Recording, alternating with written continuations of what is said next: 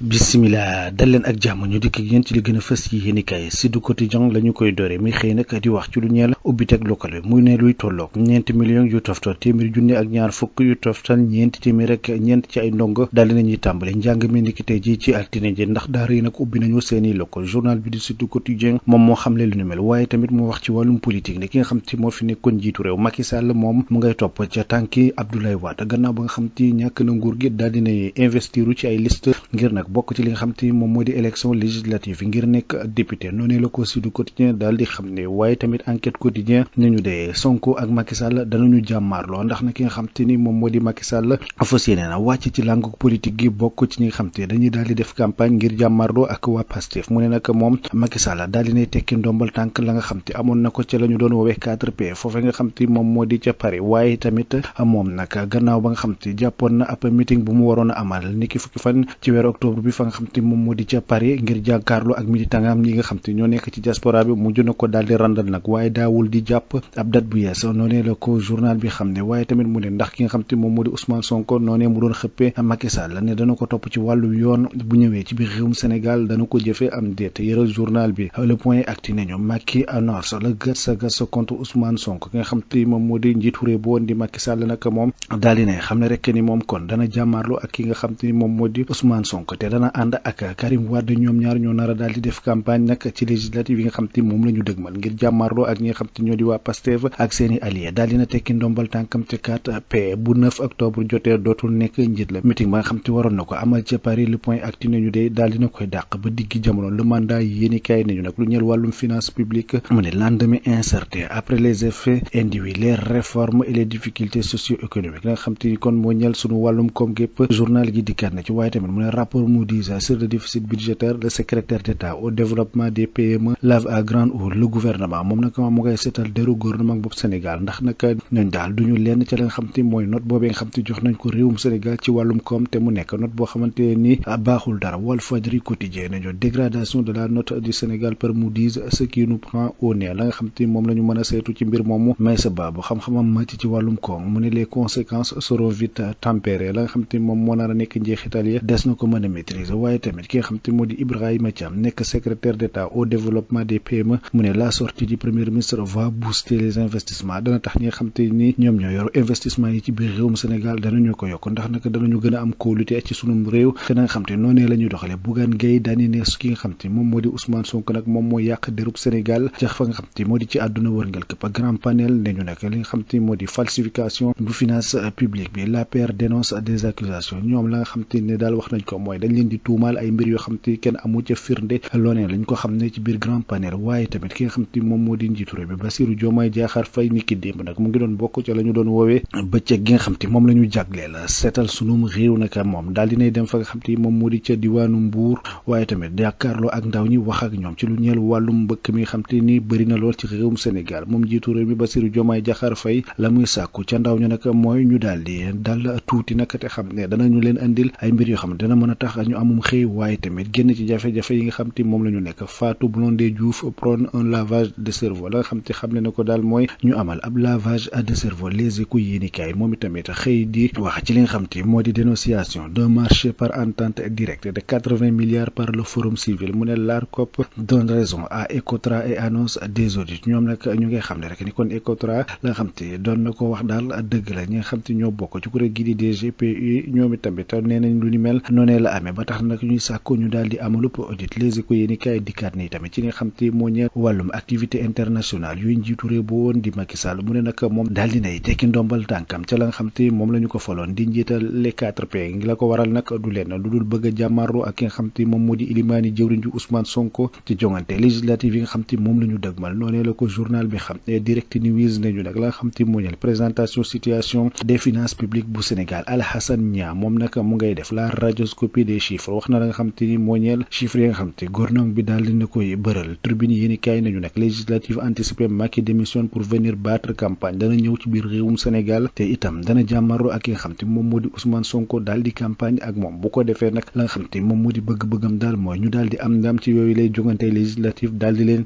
ëpp ay toog foofee nga xam te moom moo di ca assemblée nationale kii di Bougane Gueye Dany ci biir journal La Tribune yéeni kaay di xam ne kii di Ousmane Sonko daal fi mu toll nii dafa gàkkal deru Sénégal ci àdduna wërngal wërngal këpp ba kenn amatul sañ-sañu ngir liggéey ak moom. critique yéenekaay noonee loo ko daal di fësalawaate fësal ci xët bu njëkk nataal Bougane Gueye Dany mu ne Ousmane Sonko a nuit à la réputation du Sénégal. critique yéenekaay tamit dikkaat na ca la nga xamante ni moom moo nekk xemmemteefu njiitu réew bu woon Macky Sall muy dikkaat ci biir réewum Sénégal battre campagne bokk ci ñi nga xamante ni dañuy dagaan baatu askan bi ci jongante législative yi nga xam te moom la ñu dëgmal. Vox Populi nañu Macky Sall et l'APR parle d'accusation sans preuve ci lu ñeel li nga xam te moom moo di falsification chiffres yi nga xam te moo ñeel wàllum koom-koomu réewu Sénégal. nee nañu nag ñi nga xam te ñoom ñoo di nguur gi daal dañ leen di tuumaal te amul benn firnde boo xam ne mënees na ko teg ci kaw taabal yi ngir nag dëggal kàddu yi nga xam te yëkkati nañ ko teg ko ci seenu ndodd. L'Indépendant yéenekaay nañu nag l'école bi daal dinay ubbi ni ki tey ji altine yem ak juróom-ñaari fan ci weeru octobre 2024 mu ne nag la nga xam te toll na ci ay ndongo yoo xam te dem nañ ca daara ya tey ji mënees na ko xayma ci ñeenti millions yu toftal téeméeri ju nekk ñaar fukk ak ñeenti téeméer ak ñeent ci ay ndongo yoo xam te ni ki tey ji danañu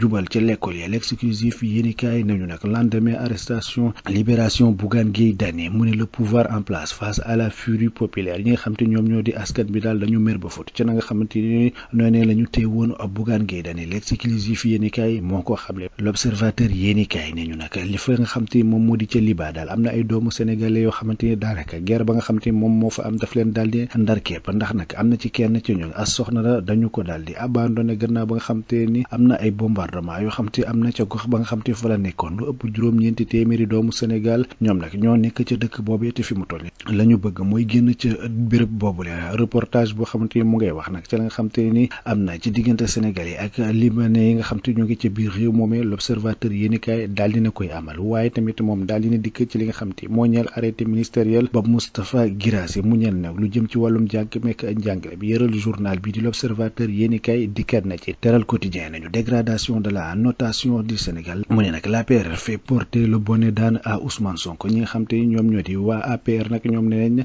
lu di njiig njaagate kii di Ousmane Sonko moom mooy njaag bu fekkente ni deru Sénégal dafa tilim ci àdduna wërngal këpp ci dara waralu ko lu dul Ousmane Sonko mi génn ne donc li nga xam te moom moo di chiffre Sénégal dañu ko falsifié modifié ko. lii quotidien nañu nag finance publique accusation du premier ministre contre le régime sortant mu ne l'APR conteste et accuse. ñi nga xam te ñoom ñoo di waa APR daal nee nañu lu ni mel du dëgg waaye tamit ñoom it daal lañuy xam leen ñi nga xam te ñoom ñoo nekk ci nguur gi jamono jile ñoom ñoo tax ba sunum réew jaratul dara ci àdduna wërngal këpp. la Dakar waay yéenekaay nañu nag sortie médiatique de Birame Souleye Diop sur les motifs de limogeage mu ne démenti du collectif des licenciés gannaaw ñoo xam te ni dañ doon yëngati ci lu jëm ci wàllu min te ñu dàq leen te i tamit jëwriñ ji génnoon di wax la nga xam te moom moo ko waral ñoom i tamit daal dinañuy génn weddi lu ni mel. Le Républicain yéenekaay nañu nag rentrée scolaire 2024 un Sénégal mobilisé pour une école propre et rénovée mooy li nga xam te mekku nañ ko jamono jile. ki nga xam te moo di njiitu réew mi Bassirou Diomaye Diakhar Faye ci gaaw gi nag daal dina bokk ci nga xam te wàccoon nañu ci mbedd yi dem ci biir l'école yi ngir nag daal di koy setal loolee nag tax na ba journal bi dañu daal askanu Sénégal sax daanaka ñoom ñëpp ñoo àndandoo def wenn naw say ngir nag dugg ci biir l'école yi daal di jëlee la nga xam te nekk na fa ci tilim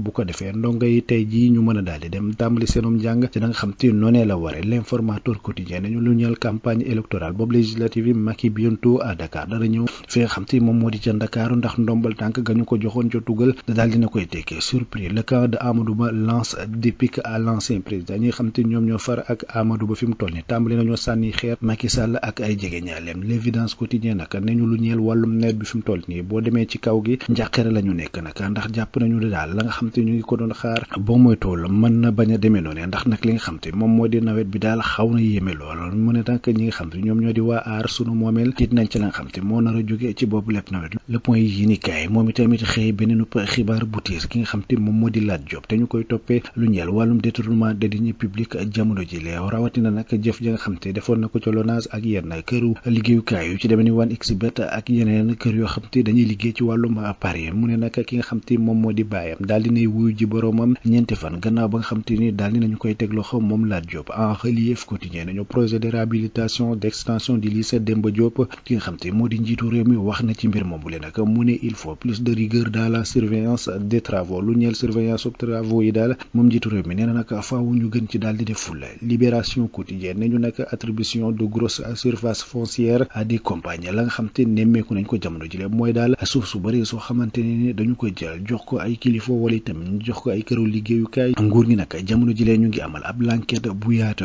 ngir xam nag ñi nga xam te ñoom dañu jàpp ne ay prête-noms lañu maanaam ñoo xamante ni dañuy leen mbubboo rek waaye nag boo xoolee ba ca biir ñeneen ñoo moom suuf soosulee. journal bi tamit dikkaat na ci ngan gi nga xam te njiitu réew mi Bassirou Diomaye Diakhar Faye amal na ko niki démb foofee nga xamante ni moo di ca Mbuur nee na nag nañu booloo doon benn ngir tabax réewum Sénégal waaye tamit wax na ci li nga xam te moom moo nekk kàddu yi kilifay FMI daal di yëkkati nag ni ñoom gannaaw ba nga xam te ni nguurug Sénégal amal na audit li nga xam te moo ñeel finance publique yi nag ñoom rafetlu nañu ko te danañu ànd ak moom ngir daal di koy gunge ci loolee yooyu lay kàddu njiitu réew mi rafetlu na ko yor quotidien nañu nag réalité sur la dette publique soutien du FMI à l'état du Sénégal les mensonges du régime de Macky encore mis mu ne nag kàcc yi nga xamante ni nguurug Macky Sall doon na ko fi def loolee lépp daal dinay sulleeku jamono jile journal bi daal di fasal ci xëtam bu njëkk nataalu Ilimane Diorou ji Ousmane Sonko ak kilifa ak FMI bi nga xam te ñoom pare nañ fi mu toll ni ngir gunge réewum Sénégal ba noppi tamit rafetlu li nga xam te moom moo nekk seeni doxaleen ca gannaaw ba nga xam te génn nañ wax àdduna wërngal képp la nga xam te moo nekk tolluwaayu finance publique yu réew bu Sénégal yëru journal bii di yor quotidien mbokk yi mu nekkoon li gënoon a fës yéenekaay ñu doon leen ko digtal di leen jox dig daje ëllëg incha allah